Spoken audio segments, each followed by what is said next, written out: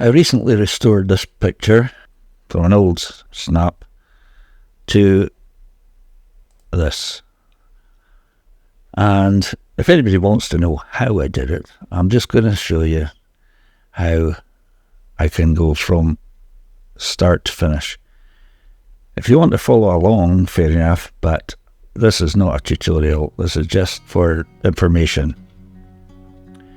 It gives an idea how it's done.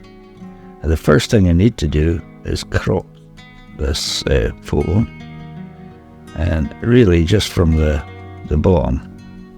You can take that up to here. Cuts off that bit at the bottom. The lever top, so I'm going to put a border on it, but that will do that. Change it now to black and white. Now there's various ways to do this.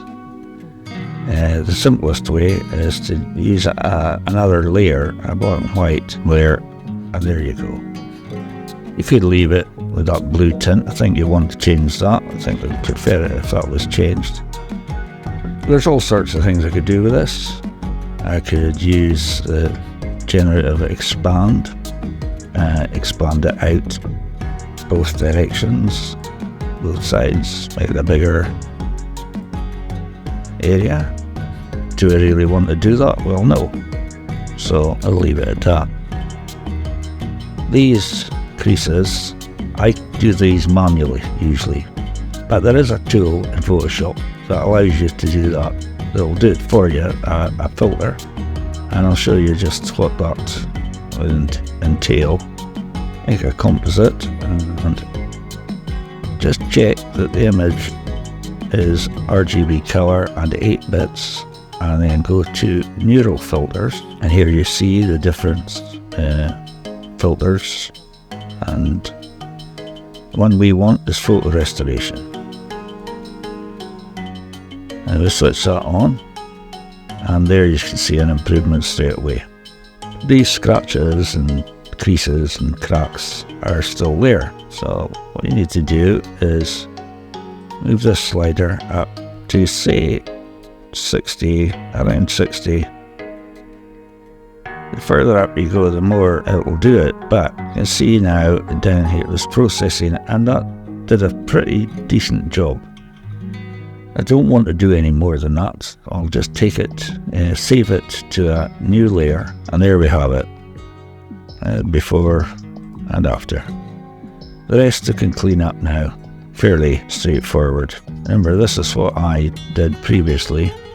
This will be done differently. So now that we've got that out of the way, we can add a new blank layer and use the remove tool. Just use the bracket keys to move that, enlarge that, and the sort of thing that you want to do is just get rid of this sort of stuff. And you can see that does a half decent job of cleaning that up. This is the same. If you just draw around this white patch, the remove tool gets rid of it. And then you can do the same with this portion here. And be careful that you don't include parts that you don't want to include. But there you go, that gets rid of that. And there's other little bits here that you can get rid of. You can go straight across the top of that, but it's not going to make any difference to the picture in the end because I'm putting a border around there. I'm leaving the background as it is for the moment, and there's various spots and specks that we can get rid of. All bits here and there, all done with the remove tool. Just make the pointer smaller. Little bits there that we know that we don't want. And then for the subject's face, zoom in and just tidy these bits up. Bit of a line there. Maybe a blemish, but we'll clean it up anyway. And really, you could spend a bit of time in this.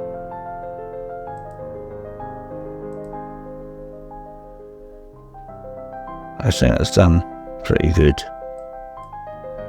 And see little bits here and there that you can see to.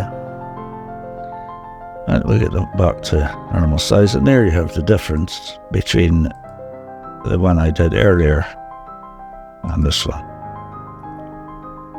The other one was done almost all manually.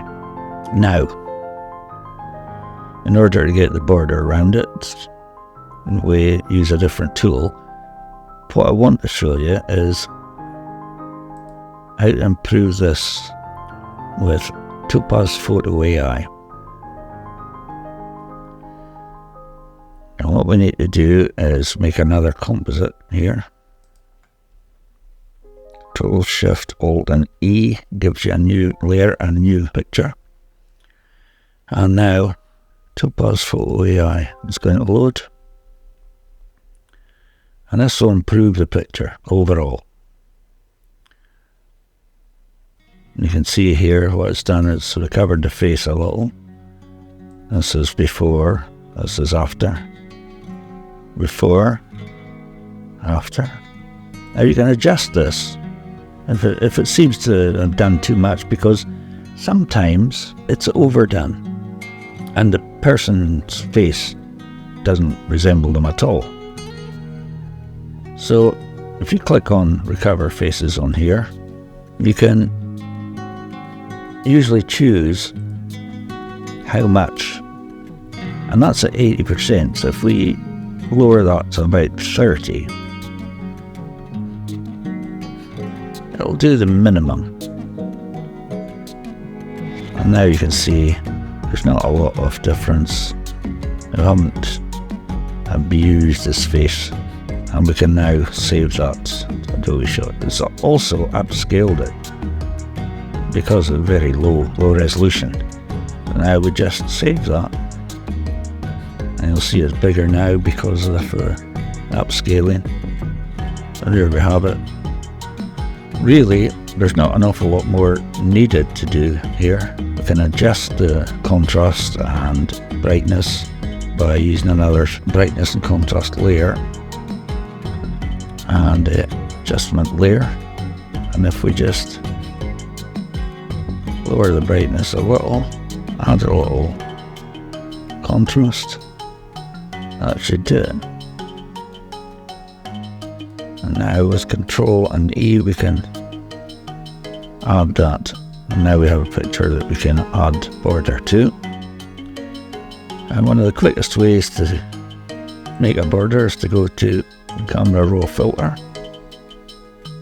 go to Effects and Vignette.